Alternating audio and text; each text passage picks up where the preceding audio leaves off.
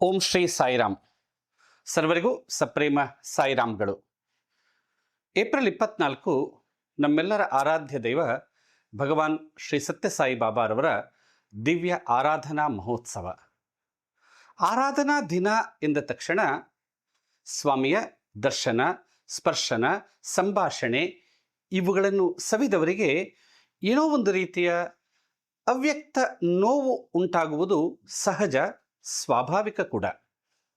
ಆದರೆ ಆರಾಧನಾ ಮಹೋತ್ಸವ ಎಂದರೆ ಅದು ಕೇವಲ ಭಗವಾನ್ ಶ್ರೀ ಸತ್ಯಸಾಯಿ ಬಾಬಾರವರು ತಮ್ಮ ಭೌತಿಕ ಶರೀರವನ್ನು ತ್ಯಜಿಸಿದ ದಿನವಷ್ಟೇ ಅಲ್ಲ, ಅದಕ್ಕೆ ಅಪಾರವಾದ ಅರ್ಥ ಇದೆ. ಆರಾಧನಾ ದಿನ ಎಂದರೆ ನಮ್ಮೆಲ್ಲರ ಪ್ರೇಮ ಮೂರ್ತಿಗೆ ನಮ್ಮ ಕೃತಜ್ಞತೆಯ ಕುಸುಮವನ್ನು ಅರ್ಪಿಸುವ ದಿನ. ನಾವೆಲ್ಲರೂ ನಮ್ಮ ಸಾಧನೆಯನ್ನು ಆತ್ಮಾವಲೋಕನ ಮಾಡಿಕೊಳ್ಳಬೇಕಾದ ದಿನ. ಹಾಗಾದರೆ ಆರಾಧನಾ ಮಹೋತ್ಸವ ನಮಗೆ ಕೊಡುವ ಸಂದೇಶವೇನು, ಅದರಿಂದ ನಾವು ಕಲಿಯಬೇಕಾದದ್ದೇನು ಎಂಬುದನ್ನು ಯೋಚಿಸುತ್ತಾ ಹೋದರೆ, ಆರಾಧನಾ ಎಂಬುದನ್ನು ಇಂಗ್ಲಿಷ್ನಲ್ಲಿ ಬರೆದಾಗ ಆ ಶಬ್ದದ ಒಂದೊಂದು ಅಕ್ಷರವನ್ನು ತೆಗೆದುಕೊಳ್ಳುತ್ತಾ ಬಂದರೆ ಆರಾಧನಾ ಮಹೋತ್ಸವದ ಸಂದೇಶ ನಮಗೆ ತಿಳಿಯುತ್ತಾ ಹೋಗುತ್ತದೆ. ಬನ್ನಿ ಆ ಆರಾಧನೆಯ ಅರ್ಥವನ್ನು ತಿಳಿಯುವುದಕ್ಕೆ ಪ್ರಯತ್ನ ಪಡೋಣ. ಮೊದಲನೇ ಅಕ್ಷರ ಎ. ಅಂದರೆ ಅವೇರ್ನೆಸ್, ಅಂದರೆ ಅರಿವು. ಭಗವಾನ್ ಶ್ರೀ ಸತ್ಯಸಾಯಿ ಬಾಬಾ ಎಂದರೆ 5 ಅಡಿ 2 ಇಂಚು ಎತ್ತರದ ಒಂದು ಮಾನವಾಕಾರ ಎಂದು ಸೀಮಿತಗೊಳಿಸಿದರೆ ಅದು ಖಂಡಿತ ತಪ್ಪಾಗುತ್ತದೆ. ಶ್ರೀ ಸತ್ಯಸಾಯಿ ಬಾಬಾರವರು ಎಂದರೆ ಅವರು ಜನನರಹಿತರು, ಮರಣರಹಿತರು, ಅವರು ನಿರಾಕಾರ ತತ್ವ. ಸ್ವಾಮಿಯೇ ಹೇಳಿದ್ದಾರೆ, ಅಹಂ ಸತ್ಯಬೋಧಕಃ ಸತ್ಯಂ ಶಿವಂ ಸುಂದರಂ ಎಂದು. ಭಗವಾನ್ ಬಾಬಾರವರಿಗೆ ಜನನವೂ ಇಲ್ಲ, ಮರಣವೂ ಇಲ್ಲ. ಸ್ವಾಮಿ ತುಂಬ ತಮಾಷೆಯಾಗಿ ಹೇಳಿದರು, ನನ್ನ ಹೆಸರು ಬಾಬಾ, BA. ನೀವೆಲ್ಲರೂ 1 ಬಾರಿ BA ಮಾಡೋದಕ್ಕೆ ಕಷ್ಟಪಡ್ತೀರಾ, ನಾನು 2 ಬಾರಿ BA ಮಾಡಿದ್ದೇನೆ. ಮೊದಲನೇ B ಅಂದರೆ ಬೀಯಿಂಗ್, A ಅಂದರೆ ಅವೇರ್ನೆಸ್, B ಅಂದರೆ ಬ್ಲಿಸ್, A ಅಂದರೆ ಆತ್ಮ. ಬಾಬಾ ಎಂದರೆ ಸಚ್ಚಿದಾನಂದ ಆತ್ಮಸ್ವರೂಪ ಅಂತ ಸ್ವಾಮಿ ಹೇಳಿದರು. ಹಾಗಾಗಿ ಮೊದಲನೇದಾಗಿ ಅವೇರ್ನೆಸ್, ಸ್ವಾಮಿಯನ್ನು ಈ ದೇಹದಿಂದ, ಈ ಜನನ ಮರಣಗಳಿಂದ, ಎಲ್ಲದರಿಂದ ಅತೀತವಾದ, ಕಾಲಾತೀತವಾದ, ದೇಹಾತೀತವಾದ, ಎಲ್ಲದಕ್ಕೂ ಅತೀತವಾದ ಒಂದು ಪರತತ್ವ, ಪರಬ್ರಹ್ಮ ತತ್ವ ಎಂಬ ಅರಿವು ನಮ್ಮಲ್ಲಿ ಮೊದಲು ಉಂಟಾಗಬೇಕು. ಅದುವೇ ಎ ಅವೇರ್ನೆಸ್. ಎರಡನೇ ಅಕ್ಷರ ಆರ್. ಅಂದರೆ ರಿಮೆಂಬರಿಂಗ್. ಸ್ವಾಮಿಯ ಬಗ್ಗೆ ಅರಿವು ಉಂಟಾದ ತಕ್ಷಣ ಸಾಕಾಗುವುದಿಲ್ಲ. ಸ್ವಾಮಿಯನ್ನು ಸದಾ ನಾವು ನೆನಪು ಮಾಡಿಕೊಳ್ಳುತ್ತಾ ಇರಬೇಕು. ಸ್ವಾಮಿಯನ್ನು ಸದಾ ಸ್ಮರಿಸುತ್ತಾ ಇರಬೇಕು. ಆ ಸ್ವಾಮಿಯ ಸ್ಮರಣೆ, ಆ ಸ್ವಾಮಿಯ ಮನನ ನಮ್ಮ ಬದುಕಿಗೆ, ನಮ್ಮ ಬದುಕಿನ ಸಾಧನೆಗೆ ಇನ್ನಷ್ಟು ಶಕ್ತಿಯನ್ನು ಕೊಡ್ತಾ ಹೋಗಬೇಕು. ನಮ್ಮ ವೃತ್ತಿ ಯಾವುದೇ ಇರಲಿ, ನಾವು ಯಾವುದೇ ಹಂತದಲ್ಲಿರಲಿ, ನಾವು ಯಾವುದೇ ಪರಿಸ್ಥಿತಿಯಲ್ಲಿರಲಿ, ಸ್ವಾಮಿಯ ಸ್ಮರಣೆ ನಮ್ಮ ಬದುಕಿನ ಸಂಜೀವಿನಿ ಆಗ್ತಾ ಬರಬೇಕು. ಅದುವೇ ಎರಡನೇ ಅಕ್ಷರ ಆರ್, ರಿಮೆಂಬರಿಂಗ್. ನಂತರ ಮೂರನೇ ಅಕ್ಷರ ಎ. ಎನ್ನುವುದು ಅಡೋರೇಷನ್, ಅಂದರೆ ಭಕ್ತಿ ಅನ್ನೋದನ್ನು ಹೇಳುತ್ತೆ. ಸ್ವಾಮಿಯನ್ನು ಸ್ಮರಣೆ ಮಾಡ್ತೇವೆ, ಆದರೆ ಆ ಸ್ಮರಣೆ ಕೇವಲ ತುಟಿಯಿಂದ ಅಥವಾ ನಾಲಿಗೆಯಿಂದ ಅಷ್ಟೇ ಬರದೆ ಅದು ನಮ್ಮ ಹೃದಯದಿಂದ ಬರಬೇಕು. ಯಾವಾಗ ಅದು ಹೃದಯದಿಂದ ಬರುತ್ತೋ ಆಗ ಸ್ವಾಮಿಗೆ ಭಕ್ತಿಯಾಗಿ ಪರಿಣಾಮವಾಗುತ್ತೆ. ಯಾಕೆಂದರೆ ಸ್ವಾಮಿ ನಮ್ಮಿಂದ ಬಯಸಿದ್ದು ಯಾವ ವಸ್ತುವನ್ನು ಅಲ್ಲ, ಯಾವ ಹಣವನ್ನು ಅಲ್ಲ, ಯಾವ ಸಂಪತ್ತನ್ನು ಅಲ್ಲ.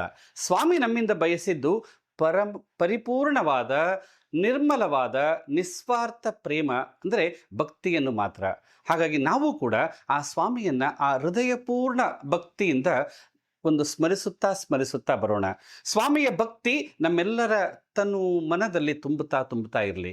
ನಮ್ಮ ಕೆಲಸಗಳಲ್ಲಿ, ನಮ್ಮ ಮಾತಿನಲ್ಲಿ, ಎಲ್ಲದರಲ್ಲೂ ಆ ಭಕ್ತಿ ಭಾವ ಅನ್ನೋದು ಕಾಣ್ತಾ ಬರಬೇಕು. ನಂತರ ನಾಲ್ಕನೇ ಅಕ್ಷರ ಡಿ. ಅಂದರೆ ಡೆಡಿಕೇಶನ್. ಭಕ್ತಿ ಇದೆ ಅಷ್ಟೇ ಸಾಕ ಅಂತಂದರೆ ಸ್ವಾಮಿ ಹೇಳಿದ ಒಂದು ಮಾತು ನೆನಪಾಗುತ್ತಲ್ವ.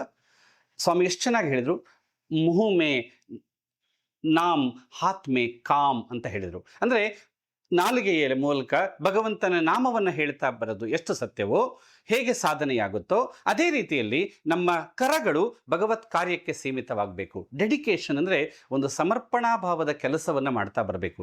ಸಾಯಿ ಸೇವೆಗೆ, ಸಾಯಿ ಕಾರ್ಯಕ್ಕೆ, ಸತ್ಯಸಾಯಿ ಸಂಸ್ಥೆಯ ಸೇವಾ ಕಾರ್ಯಗಳಿಗೆ, ಸತ್ಯಸಾಯಿ ಸೇವಾ ಸಂಸ್ಥೆಯ ಚಟುವಟಿಕೆಗಳಿಗೆ ನಾವು ಸದಾ ಸಿದ್ಧರಾಗಬೇಕು. ಯಾವಾಗ ನಮಗೆ ಅವಕಾಶ ಸಿಗುತ್ತೋ, ಅಂದರೆ ಅವಕಾಶ ಅಂದರೆ ಸೇವೆ ಮಾಡುವ ಅವಕಾಶ ದೊರೆತಾಗಲೆಲ್ಲ ನಾವು ಆ ಸೇವೆಗೆ ಸನ್ನದ್ಧರಾಗಿರಬೇಕು. ಡಿ ಅಂದರೆ ಡೆಡಿಕೇಶನ್. ನಮ್ಮ ಜೀವನ ಸ್ವಾಮಿಗೆ ಸಮರ್ಪಿತವಾಗಬೇಕು. ಹೇಗೆ ಒಂದು ಹೂವು ಆ ಭಗವತ್ ಪೂಜೆಗೆ ಸೀಮಿತವಾಗುತ್ತೋ ಹಾಗೆ ನಮ್ಮ ಒಂದು ಜೀವನ ಸ್ವಾಮಿಯ ಕಾರ್ಯಕ್ಕೆ ಡೆಡಿಕೇಟೆಡ್ ಅಂದರೆ ತ್ಯಾಗವಾಗಿ ಸಮರ್ಪಣೆಯಾಗ್ತಾ ಬರಬೇಕು. ಅದುವೇ ಡೆಡಿಕೇಶನ್. ನಂತರದ ಅಕ್ಷರ ಹೆಚ್ ಅಂದರೆ ಹಾರ್ಮೋನಿ. ನಿಜ, ಸ್ವಾಮಿಯನ್ನು ನೆನಪು ಮಾಡಿಕೊಳ್ತೇವೆ, ಸ್ವಾಮಿಯನ್ನು ಭಕ್ತಿಯಿಂದ ಪ್ರಾರ್ಥನೆ ಮಾಡ್ತೇವೆ, ಪೂಜೆಯನ್ನು ಮಾಡ್ತೇವೆ, ಸ್ವಾಮಿಯ ಸೇವೆಯನ್ನು ಮಾಡ್ತೇವೆ. ಇಷ್ಟೇ ಸಾಕ ಅಂತ ಕೇಳಿದ್ರೆ ಸ್ವಾಮಿ ನಮ್ಮಿಂದ ಇನ್ನಷ್ಟನ್ನು ಬಯಸಿದರು. ಸ್ವಾಮಿ ಹೇಳಿದ್ದು ಲವ್ ಆಲ್ ಸರ್ವ್ ಆಲ್ ಅನ್ನೋದನ್ನು. ಹೆಚ್ ಅನ್ನುವ ಅಕ್ಷರ ಹಾರ್ಮೋನಿ ಅನ್ನೋದನ್ನು ಹೇಳುತ್ತೆ. ಸಾಮರಸ್ಯದಿಂದ ಬದುಕಬೇಕು. ನಾವು ಎಲ್ಲಿದ್ದೀವೋ ಅಲ್ಲಿ, ನಮ್ಮ ಕುಟುಂಬದಲ್ಲಿ, ನಮ್ಮ ಸಮಿತಿಯಲ್ಲಿ, ನಮ್ಮ ಸಮಾಜದಲ್ಲಿ, ನಾವು ಎಲ್ಲಿ ಬದುಕಿದ್ದೇವೆಯೋ ಅಲ್ಲಿ ಪ್ರತಿ ಮನಸ್ಸುಗಳಲ್ಲಿ ಸಾಮರಸ್ಯವನ್ನು ಇರಬೇಕು. ಅದನ್ನೇ ಸ್ವಾಮಿ ಪ್ಯೂರಿಟಿ, ಯೂನಿಟಿ, ಡಿವಿನಿಟಿ ಅಂತ ಹೇಳಿದ್ದು. So H stands for harmony. ಸಾಮರಸ್ಯದಿಂದ ಬದುಕೋಣ, ಪರಸ್ಪರ ಎಲ್ಲರನ್ನೂ ಪ್ರೀತಿಸೋಣ. ಯಾರ ದೋಷಗಳಿಗೆ, ಯಾರ ನಿಂದನೆಗಳಿಗೆ ನಾವು ಒಳಗಾಗುವುದು ಬೇಡ, ಯಾರನ್ನು ದೋಷಿಸುವುದು ಬೇಡ, ಯಾರನ್ನು ನಿಂದಿಸುವುದು ಬೇಡ. ಎಲ್ಲರನ್ನೂ ಸಾಮರಸ್ಯದಿಂದ ನೋಡ್ತಾ ಹೋಗೋಣ. ಅದನ್ನೇ ಹೆಚ್ ಅನ್ನೋದು. ನಂತರದ ಅಕ್ಷರ ಎ ಅಂದರೆ ಆಧ್ಯಾತ್ಮಿಕ ಸಾಧನೆ. ಸತ್ಯಸಾಯಿ ಸಂಸ್ಥೆಯಲ್ಲಿ ನಾವು ಬಂದಿರುವುದು ನಮ್ಮ ಆಧ್ಯಾತ್ಮಿಕ ಒಂದು ಪುನರುತ್ಥಾನಕ್ಕಾಗಿ, ನಮ್ಮ ಆಧ್ಯಾತ್ಮಿಕತೆಯ ಪುನರುಜ್ಜೀವನಕ್ಕಾಗಿ. ಹಾಗಾಗಿ ಸ್ವಾಮಿ ನಮಗೆ ಆಧ್ಯಾತ್ಮಿಕ ಸಾಧನೆಯನ್ನು ಮಾಡಬೇಕು ಅನ್ನೋದನ್ನು ಹೇಳ್ತಾ ಬಂದರು. ನಮ್ಮ ಸತ್ಯಸಾಯಿ ಸಂಸ್ಥೆಯ 9 ನೀತಿ ಸಂಹಿತೆಗಳು ಕೂಡ ಅದನ್ನೇ ಹೇಳ್ತವೆ. ನಮಗೆ ಯಾವುದಾಗುತ್ತೋ, ಧ್ಯಾನ ಆದರೆ ಧ್ಯಾನ, ಜಪ ಆದರೆ ಜಪ, ಭಜನೆ ಆದರೆ ಭಜನೆ, ಅಧ್ಯಯನ ಆದರೆ ಅಧ್ಯಯನ, ಸೇವೆ ಆದರೆ ಸೇವೆ, ಯಾವುದು ಸಾಧ್ಯವೋ ಯಾವುದಾದರೂ 1, 2 ನಾವು ಅಥವಾ ಸಾಯಿ ಗಾಯತ್ರಿಯನ್ನು ಹೇಳೋರು ಅನೇಕ ಜನ ಇದ್ದಾರೆ. ಯಾವುದಾದರೂ ಒಂದು ರೀತಿಯ ಆಧ್ಯಾತ್ಮಿಕ ಸಾಧನೆ ನಮ್ಮಲ್ಲಿ, ನಾವು ಅದನ್ನು ಬಿಡದ ಹಾಗೆ ಈ ಆಧ್ಯಾತ್ಮಿಕ ಸಾಧನೆಯನ್ನು ಪ್ರತಿನಿತ್ಯವೂ ಮಾಡ್ತಾ ಬರಬೇಕು. ಅಂದರೆ ಆಧ್ಯಾತ್ಮಿಕ ಸಾಧನೆ. ನಂತರದ ಅಕ್ಷರ ಎನ್ ಅಂದರೆ ನಾಮಸ್ಮರಣ. ಸ್ವಾಮಿಯ ನಾಮಸ್ಮರಣೆಯನ್ನು ಮಾಡ್ತಾ ಹೋಗೋಣ. ಪ್ರತಿನಿತ್ಯ ದಿನದ ಪ್ರಾರಂಭದಲ್ಲಿ, ದಿನದ ಅಂತ್ಯದಲ್ಲಿ, ದಿನದಲ್ಲಿ ಎಲ್ಲ ಸಂದರ್ಭದಲ್ಲೂ ಸ್ವಾಮಿಯ ನಾಮಸ್ಮರಣೆಯನ್ನು ಸಾಯಿರಾಮ್ ಸಾಯಿರಾಮ್ ಸಾಯಿರಾಮ್ ಸಾಯಿರಾಮ್ ಅನ್ನುವ ಸ್ವಾಮಿಯ ನಾಮಸ್ಮರಣೆಯನ್ನು ಮಾಡ್ತಾ ಹೋಗೋಣ. ಅಥವಾ ಭಜನೆಯಲ್ಲಿ ಪಾಲ್ಗೊಳ್ಳೋಣ, ಭಜನೆಯನ್ನು ಕೇಳೋಣ. ಆಗ ನಮಗೆ ಹೇಗೆ ಒಂದು ನಾಲಿಗೆಯ ಮೇಲೆ ಕಲ್ಲು ಸಕ್ಕರೆಯನ್ನು ಇಟ್ಕೊಂಡ್ರೆ ಹೇಗೆ ನಾಲಿಗೆಯೆಲ್ಲವೂ ನಮಗೆ ಸಿಹಿಯಾಗುತ್ತೋ, ಹಾಗೆ ಯಾವಾಗ ಸ್ವಾಮಿಯ ನಾಮವನ್ನು ನಾವು ಹೇಳ್ತಾ ಬಂದಾಗ ನಮ್ಮ ಬದುಕೆಲ್ಲವೂ ಸುಲಭವಾಗುತ್ತೆ, ಸರಳವಾಗುತ್ತೆ, ಸುಂದರವಾಗುತ್ತೆ. ಹಾಗಾಗಿ ಎನ್ ಅಂದರೆ ನಾಮಸ್ಮರಣೆ. ಕೊನೆಯ ಅಕ್ಷರ ಎ ಅನ್ನೋದು ಅವೇಕನಿಂಗ್ ಅನ್ನೋದನ್ನು ಹೇಳುತ್ತೆ. ಅಂದರೆ ನಾವೆಲ್ಲರೂ ಜಾಗೃತರಾಗಬೇಕು. ಸ್ವಾಮಿ ಬಂದದ್ದು ಯಾವುದೋ ಆಸ್ಪತ್ರೆ, ಶಾಲೆ ಇನ್ನೊಂದು ಕಟ್ಟೋದಕ್ಕಲ್ಲ. ಸ್ವಾಮಿ ಬಂದದ್ದು ಯಾವುದೋ ವಸ್ತುಗಳನ್ನು ಸೃಷ್ಟಿಸಿಕೊಡೋದಕ್ಕೂ ಅಲ್ಲ. ಸ್ವಾಮಿ ಬಂದದ್ದು ನಮ್ಮೆಲ್ಲರನ್ನೂ ಪರಿವರ್ತನೆ ಮಾಡುವುದಕ್ಕಾಗಿ. ಕೊನೆಯ ಅಕ್ಷರ ಎ ಅಂದರೆ ಅವೇಕನಿಂಗ್. ನಾವು ಈಗ ಯಾವ ಹಂತದಲ್ಲಿದ್ದೇವೆಯೋ ಆ ಹಂತದಿಂದ ಇನ್ನಷ್ಟು ಜಾಗೃತರಾಗ್ತಾ ಹೋಗೋಣ, ಜಾಗೃತಿಯ ಕಡೆಗೆ ಹೋಗ್ತಾ ಹೋಗೋಣ. ಅದು ನಿಜವಾದ ಆರಾಧನೆ ಆಗುತ್ತಾ ಹೋಗುತ್ತೆ. ಸಂಕ್ಷಿಪ್ತವಾಗಿ ಹೇಳೋದಾದರೆ, ನಮ್ಮ ಬದುಕು ಅದುವೇ ನಿರಂತರವಾದ ಸ್ವಾಮಿಯ ಆರಾಧನೆ ಆಗಬೇಕು. ನಾವು ಅರಿವಿನಿಂದ ಜೀವಿಸೋಣ, ಸ್ವಾಮಿಯನ್ನು ಸ್ಮರಿಸುವ ಮೂಲಕ ಆನಂದವನ್ನು ಕಾಣೋಣ. ನಮ್ಮ ಹೃದಯ ಸಾಯಿ ಭಕ್ತಿಯಿಂದ ತುಂಬಲಿ.